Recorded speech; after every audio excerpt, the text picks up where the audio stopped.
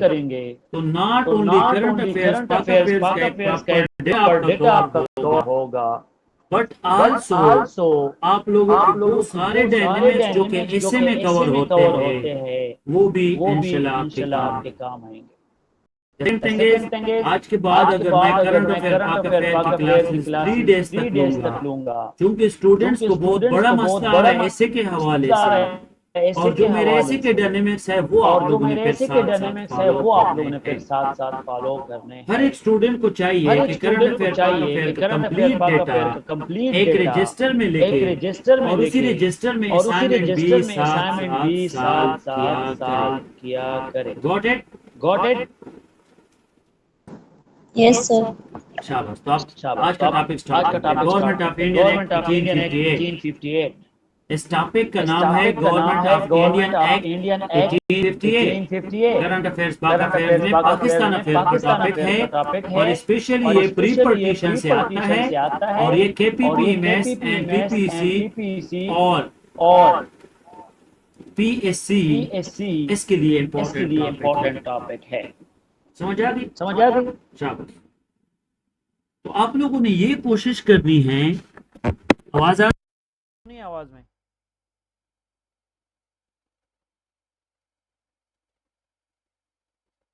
आप लोगों ने ये कोशिश करनी है कि इस टॉपिक के असाइनमेंट तक ही इसको कवर करना है। पहला आप लोग इंट्रोडक्शन लेके, क्या लेके? इंट्रोडक्शन। इंट्रोडक्शन की बात अगर हम करें तो इंट्रोडक्शन में आप लोगों ने लिखना क्या है? सर हाँ यस बोले।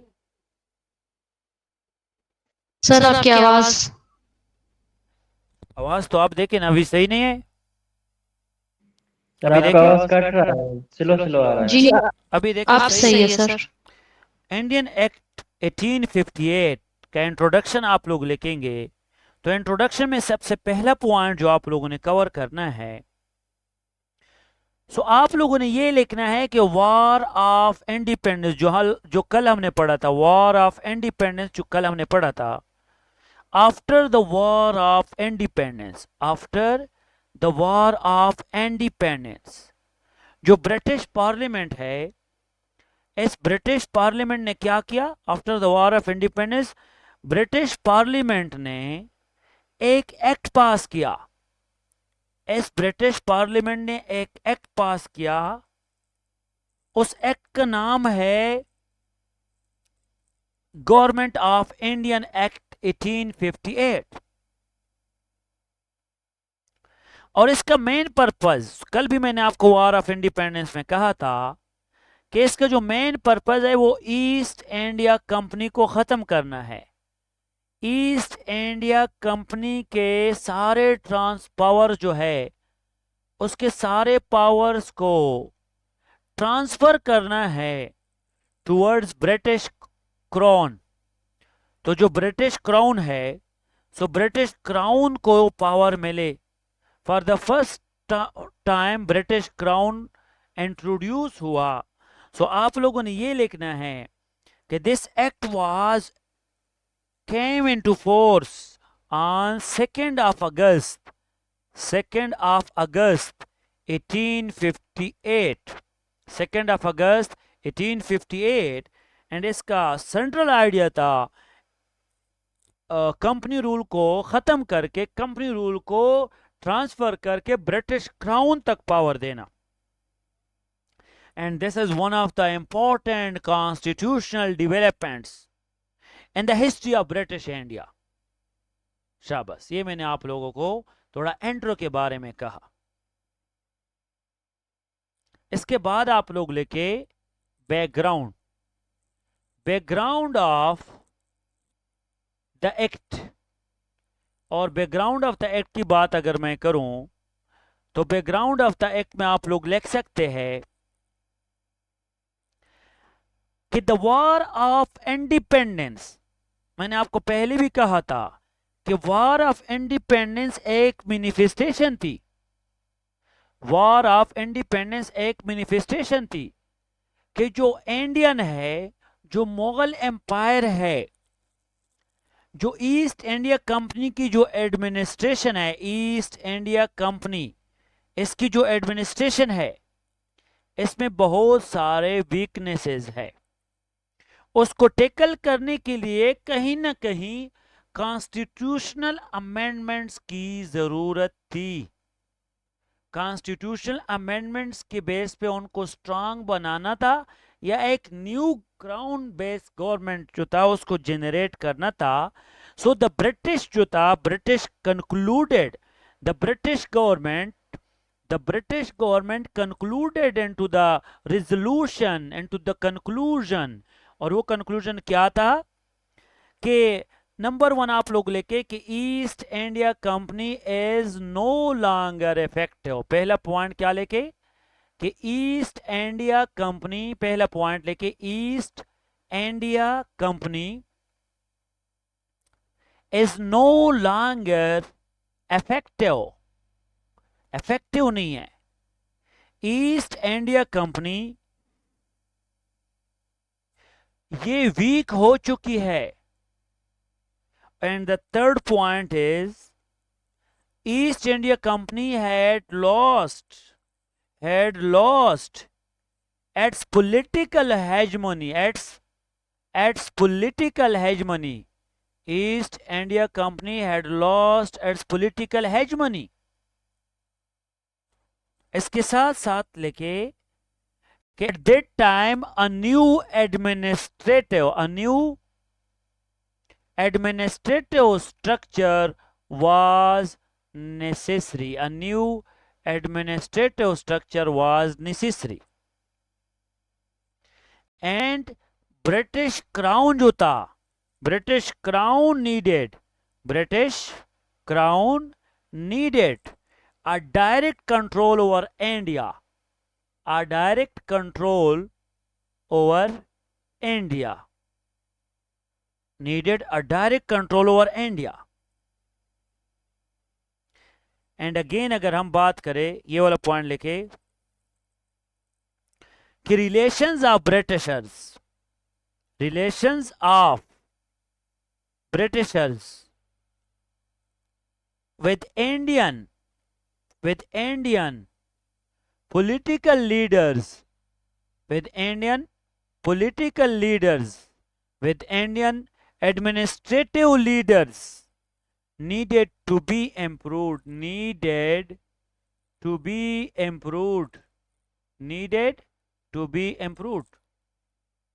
Relations of Britisher with India's political leaders and administrative leaders needed to be improved. And इसके इन सारे एस्पेक्ट्स को सामने रख के, इन सारे फैक्टर्स को सामने रख के British parliament passed the Government of Indian Act 1858.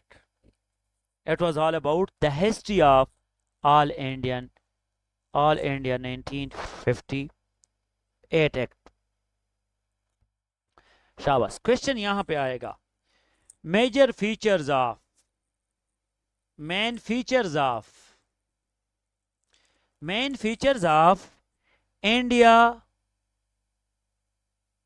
Indian Act 1858. Number 1, end of East India Company. पहला पॉइंट क्या लेके end of East India Company. The most important feature of this act was the abolition of India Company, East India Company. Abolition of East India Company. The rule of company.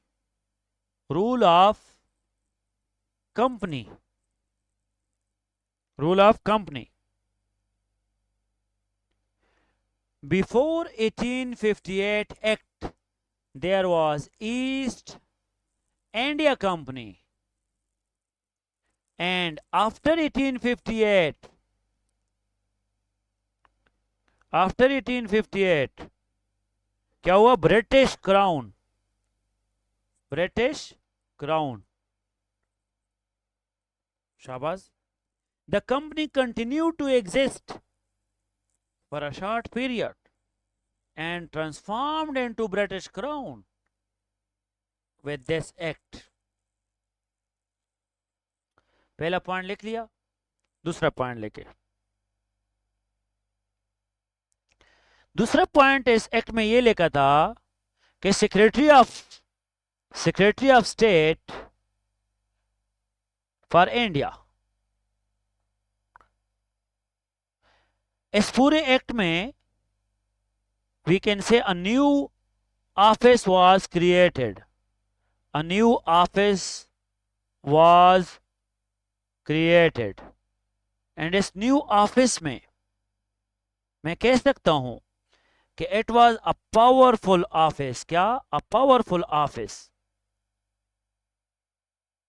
And this office was created by British cabinet.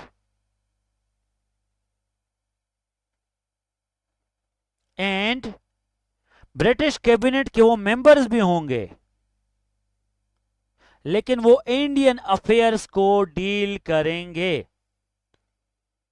Secretary of state for India वो member होंगे, secretary of state of India member होंगे British cabinet के, लेकिन उन्होंने क्या करना है? Indian affairs जो है, इंडियन के अफेयर्स को डील करना है. क्योंकि जो ब्रिटिश था, वो ब्रिटिश कैबिनेट ये चाहता था कि अगर हमारे पास सेक्रेटरी ऑफ इंडिया हो और सेक्रेटरी ऑफ इंडिया यूके के कैबिनेट का हिस्सा हो और वो सारे अफेयर जो है वो इंडिया के कंट्रोल करेंगे, लाइक इंडिया एडमिनिस्ट्रेशन को कंट्रोल करेंगे, लाइक इंडियन फिनांसेस कंट्रोल करेंगे, finances, like foreign relations of India भी वो कंट्रोल करेगा, लाइक मिलिट्री अफेयर्स भी वो कंट्रोल करेगा, secretary of state of India. शाबाश. उसके बाद लेके third point, council of India, council of India. अभी अगर हम बात करें काउंसिल ऑफ इंडिया का, तो काउंसिल ऑफ इंडिया ये 15 मेंबर्स का एक काउंसिल होगा और इसका पर्पस होगा कि वो जो secretary of state of India है, secretary of state of India को असिस्ट करे अफेयर्स में. आप कह सकते हैं कि council is the advisory body for secretary of state of India.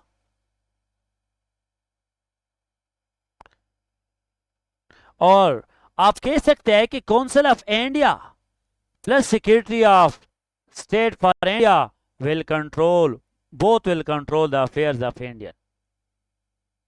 और ये council of India basically secretary of India को हेल्प देने के लिए था, एडवाइस देने के लिए था. शाबाश. पांचवा पॉइंट लेके चौथा पॉइंट, गवर्नर जनरल्स के जितने भी ओहदे थे वो शिफ्ट हुए, ट्रांसफॉर्म हुए वायसराय तक, वायसराय को शिफ्ट हुए. Governor general becomes viceroy.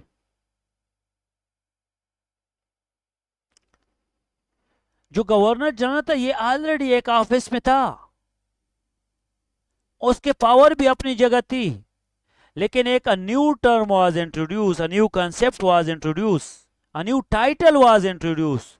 उस टाइटल का नाम था वायसराय, और वायसराय ऑफ इंडिया भी कह सकते हैं.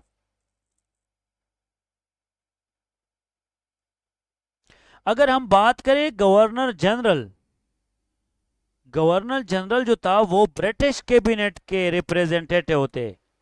गवर्नर जनरल जो थे वो ब्रिटिश कैबिनेट के रिप्रेजेंटेटिव होते. किस चीज के? ब्रिटिश कैबिनेट के. लेकिन अगर हम वायसराय की बात करें तो वायसराय इंडियन काउंसिल के रिप्रेजेंटेटिव होते, इंडियन काउंसिल को मैनेज करते थे। And first Indian viceroy Lord Canning बना। यहां पे for the first time Indian viceroy Lord Canning बना।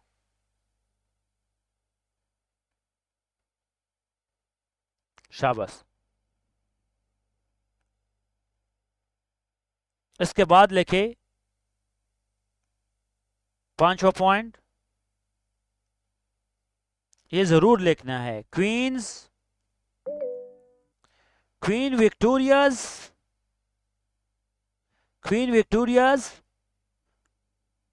प्रोक्लेमेशन, क्वींस विक्टोरियाज प्रोक्लेमेशन 1858,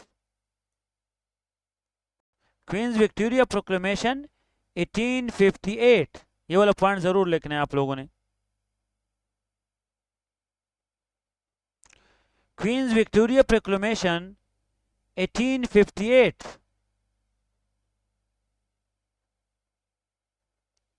अभी क्वींस विक्टोरिया प्रोक्लेमेशन क्या है? It was issued on November 1st of November 1858।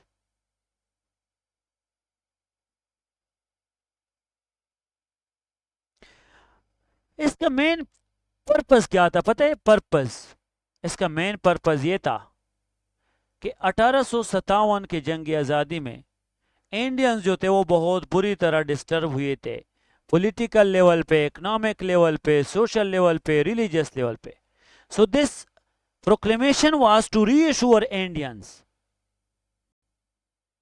Indians को दोबारा पावर में लेके आना या उनको दोबारा स्टेबलाइज बनाना था, इसका पर्पस ये था। अगर हम बात करें इस प्रोक्लेमेशन में कुछ बातें डिस्कस हुई, जिसमें फर्स्ट है वो है रिलीजियस टॉलरेंस। रिलीजियस टॉलरेंस इसका एक मेन पॉइंट था, religious tolerance. The British crown promised not to interfere in the religious beliefs of Indians, क्योंकि यहां से तो मसला बना था, वो जो पेग वाली बात मैंने की थी, काउज वाली बात मैंने की थी, वो राइफल्स वाली बात जो थी, कार्ट्रिज की बात थी। सो रिलीजियस टॉलरेंस में उन्होंने कहा कि हम उनके religious norms and religious values believes की रिस्पेक्ट करेंगे। The British crown promise not to interfere arbitrarily in the religious practice and norms of Indians. दूसरा पॉइंट था queen of equality before law, equality before law, सारे equal थे before law.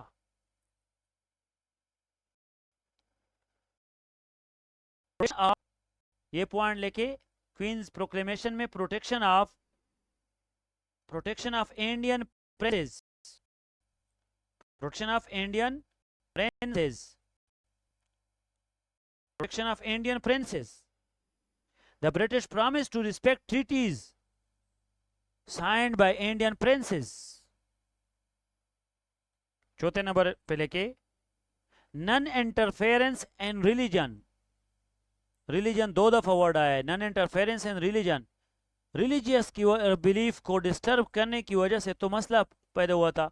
तो religious tolerance ये ensure करना कि religious tolerance होगा और नन इंटरफेरेंस होगा, दूसरी रिलीजन में इंटरफेरेंस भी नहीं करेंगे वो।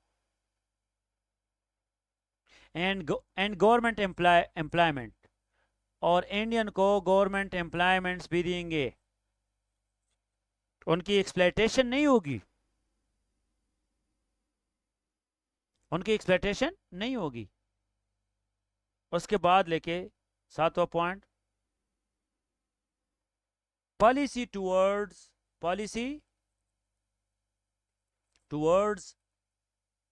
Indian, policy towards Indian princes. अगर हम बात करें कि इंडियन प्रिंसेस की वजह से जो ब्रिटिश के पहले जो साई की थी वो बहुत सख्त थी, टफ, हार्श, एक हार्श साई की थी। लेकिन 1857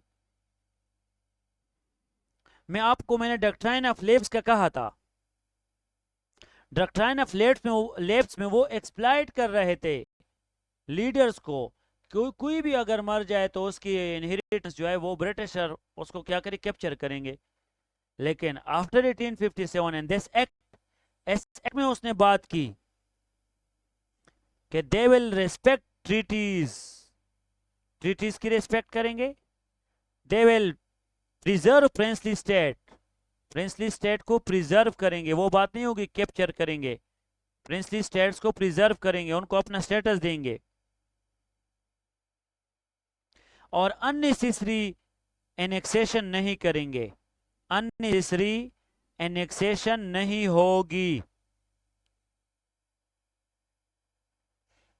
और जो प्रिंसेस है, ये वाला जो प्रिंसेस है, ये प्रिंसेस जो है ये ब्रिटिश कैबिनेट का एक हिस्सा होगा। British cabinet, part of British cabinet, part of British cabinet. तो अगर हम देखें तो ये हार्श पॉलिसीज नहीं थे, ये हम कह सकते स्मूथ पॉलिसीज थे।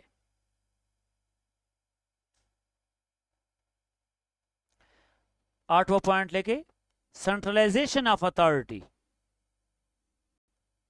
Centralisation of authority. Centralization of authority में क्या लिखोगे? The act strengthen centralize British control. जो ब्रिटिश का जो कंट्रोल था, ब्रिटिश कंट्रोल को सेंट्रलाइज्ड किया, सेंट्रलाइज्ड सेंटर को स्ट्रांग किया। और एडमिनिस्ट्रेटिव चेन को ब्रॉडर किया, administrative chain of British broad किया। British parliament, secretary of state, Indian council, तो ये सारे उसमें लेके आए ताकि एडमिनिस्ट्रेशन अच्छी तरह से हो। और फिर 9 पॉइंट लेके, एक्सपेंशन ऑफ मिलिट्री। इसमें बात की गई एक्सपेंशन ऑफ मिलिट्री की भी। एक्सपेंशन ऑफ मिलिट्री में उन्होंने कहा कि they were interested to increase military troops. और उन्होंने ये कहा कि जब इंडियन सोल्जर्स पे ज्यादा रिलाय करेंगे तो जिस तरह 85 लोग उन्होंने अगेंस्ट ब्रिटिश रिबिलियन की तरफ गए, वॉर ऑफ इंडिपेंडेंस का हिस्सा बने, वो सारे लोग जो कि रिलीजियस लेवल पे अगेंस्ट ब्रिटिश गए, तो उन्होंने इंडियन को ज्यादा नहीं किया, सपोर्ट नहीं किया। उन्होंने ब्रिटिश ट्रूप्स को बढ़ाया ताकि फ्यूचर में इस तरह कोई मसला ना हो। तो उन्होंने मिलिट्री में ब्रिटिश ट्रूप्स के नंबर को बढ़ाया और इंडियन के नंबर्स को कम किया। शाबाश, ताकि वो आगे फ्यूचर में इस तरह मिलिट्री जो है वो उनका डिस्टर्ब ना हो ब्रिटिश का। ये एक्ट क्यों इतना इंपॉर्टेंट है? Why this act was important? Why this act was important? क्यों इतना इंपॉर्टेंट है एक्ट? नंबर 1, सबसे पहले इंडियन ईस्ट इंडिया कंपनी खत्म हुई, ईस्ट इंडिया कंपनी खत्म हुई। सेकेंडली, ब्रिटिश क्राउन की एडमिनिस्ट्रेशन आई। thirdly, secretary of state of India, Indian affairs, फिर council of India, Indian affairs, फिर again smooth policies of Britishers toward princes, फिर religious tolerance. तो इसका मतलब है जो मसले थे, जो कि 1857 वार के बाद जो मसले थे, तो उन्होंने ये देखा कि वायसराय भी इंडियन एडमिनिस्ट्रेशन को डील कर रहा है, secretary of state for India भी है, ब्रिटिश क्राउन भी है, एक mechanism of devolution of power है। तो उस वजह से इसकी काफ़ी इंपॉर्टेंस है। इसके इंपॉर्टेंस इंडियन पे, मुस्लिम्स पे बहुत अच्छे आए। पॉलिटिकल लेवल पे, सोशल लेवल पे, मिलिट्री लेवल पे उनको हेजमनी मिली, तो इसकी बहुत ज़्यादा इंपॉर्टेंस है। लेकिन कहीं ना कहीं इस एक्ट की लिमिटेशंस भी है। और अगर हम लिमिटेशंस की बात करें तो लिमिटेशंस में ये है कि नो रिस्पॉन्सिबल गवर्नमेंट, कोई अच्छा रिस्पॉन्सिबल गवर्नमेंट नहीं था, मखलूत गवर्नमेंट था इंडियन का और ब्रिटिश का। कहीं वायसराय, कहीं पे गवर्नर जनरल, कहीं पे ब्रिटिश क्राउन, तो कहीं पे काउंसिल ऑफ इंडिया, कहीं पे प्रिंसेस, तो कहीं पे secretary of state of India. दूसरी बात, no meaningful democratic participation, no meaningful democratic participation, and we can say no control over major policy decisions, no control over major decisions, although centre जो था वो strong था, लेकिन फिर भी कुछ डिसीजंस एक्टिवली वो नहीं ले सकते थे। शाबाश। तो ये कुछ लिमिटेशंस थे जिसकी वजह से इसके ड्रॉबैक्स भी है और अच्छे तरीके से फॉलो भी नहीं हुआ। इस वार ने सर हाँ सर ये लिमिटेशन में पहला पॉइंट बता दें। No responsible government. Okay sir, thank you. शाबाश। दूसरा है no meaningful democratic participation, no control over major policy decisions, no control over major policy decisions। शाबाश। उसके बाद अगर मैं बात करूं तो मुस्लिम स्पेस के बहुत अच्छे इंपैक्ट्स आए। किस तरह? बहुत सारे मूवमेंट स्टार्ट हुए sir, Syed Ahmad Khan, Aligarh movement, all India Muslim league बना, मुस्लिम पॉलिटिकल ऑर्गेनाइजेशंस बने, demand of for constitution safeguard की बात आई, तो emergence of political consciousness, emergence of political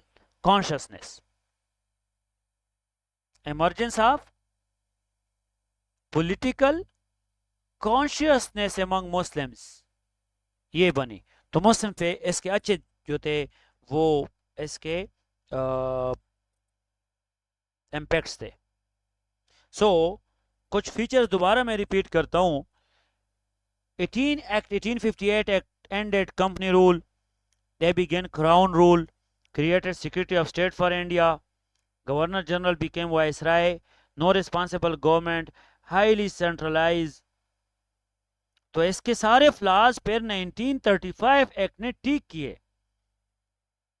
उन्होंने फेडरल स्ट्रक्चर को प्रमोट किया, क्राउन रूल को खत्म किया, प्रोविंशियल ऑटोनॉमी को 1935 एक्ट में प्रोविंशियल ऑटोनॉमी आई 1935 एक्ट में। जो इसके लिमिटेशंस है ना वो 1935 ने ठीक है, प्रोविंशियल ऑटोनॉमी दी। फिर उसके बाद कॉन्स्टिट्यूशनल रिफॉर्म्स की तरफ गए। फिर उन्होंने क्या किया? फेडरल स्ट्रक्चर को प्रपोज किया, फेडरल स्ट्रक्चर को, और फिर इक्वल रिप्रेजेंटेशन दी, इक्वल रिप्रेजेंटेशन और डिसेंट्रलाइजेशन की। जो सेंटर स्ट्रांग था ना तो वो डिसेंट्रलाइज किया।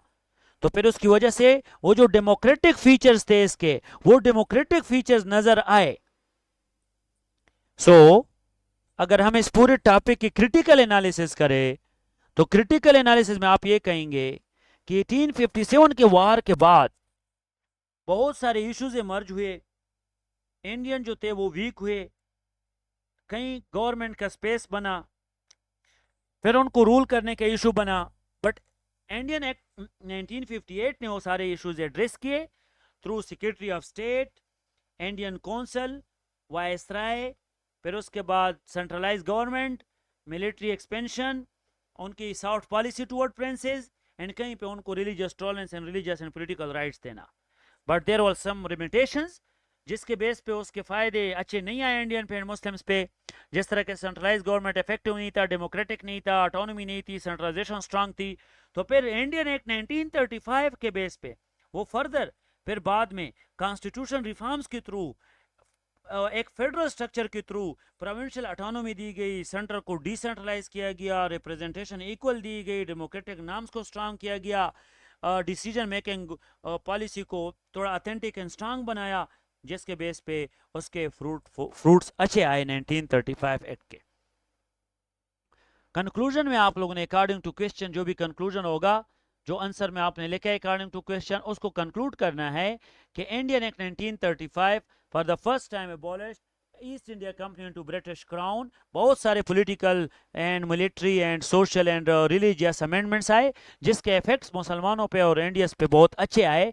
लेकिन अगेन इसके कुछ लिमिटेशंस भी है जो कि फर्दर 1935 एक्ट में एड्रेस किए गए। सो ये जो है, ये जो एक्ट है बहुत फ्रूटफुल एक्ट है, बट द थिंग कहीं ना कहीं इसको क्रिटिसाइज किया है और it was less democratic constitutional reforms. इसमें कहीं पे रिस्ट्रक्चरिंग की जरूरत थी जो कि 1935 एक्ट के बेस पे हमें नजर आया और बाद में उनको फॉलो भी किया गया।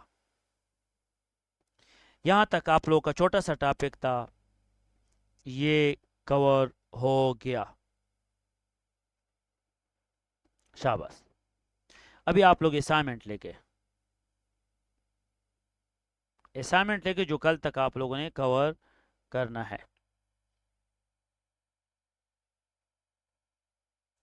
Assignment,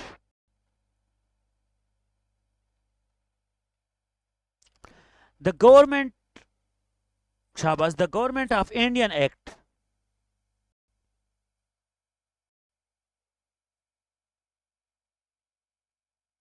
the government of Indian act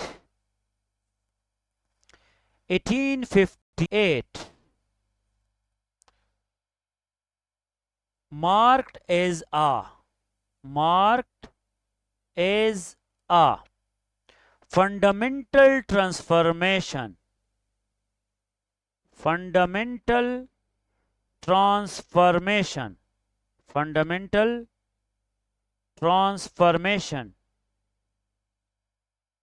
in the constitutional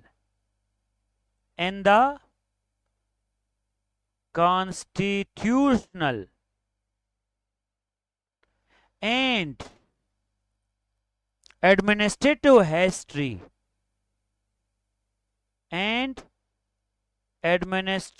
history of British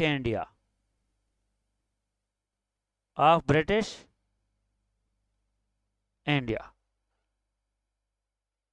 discuss the circumstances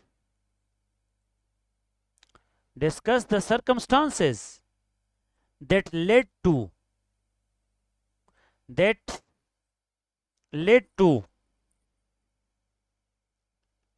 its enactment and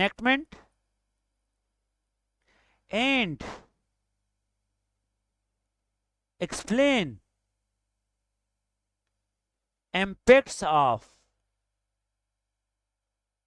the act on Indian Muslims and British